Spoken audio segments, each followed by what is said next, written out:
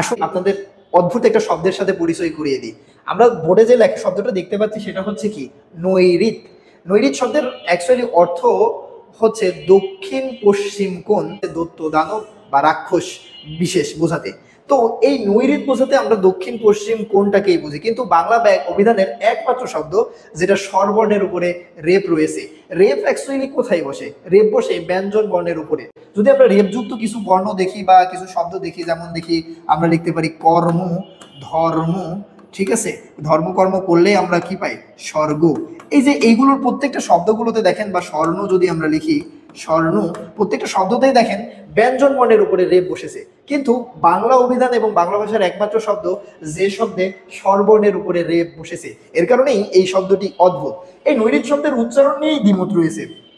বাংলা বাংলা বা উচ্চারণ অভিধানে এর উচ্চারণ দুইটি দেওয়া। একটি হচ্ছে নই, রয়ে হস রয়ে রস্যি আর ত দিয়ে লেখা হয়, আরেকটি লেখা হয় নই, রয়ে হস বাদ দিয়ে রয়ে রস্যি ত দিয়ে লেখা হয়।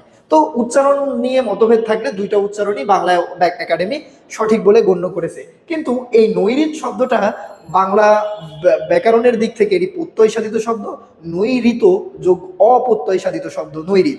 আর এই নৈরিত শব্দটা এসেছে সংস্কৃত বা তৎসম শব্দ থেকে, তাই এটা উৎসগত দিক থেকে তৎসম শব্দ। তো এমনই মজার মজার তথ্য পেতে বাংলা ভাষা, সাহিত্য ও ব্যাকরণ সহ বাঙালিয়ানার নানা গল্প জানতে শেয়ার, সাবস্ক্রাইব, লাইক দিয়ে বাংলা সম্ভারের পাশে থাকুন।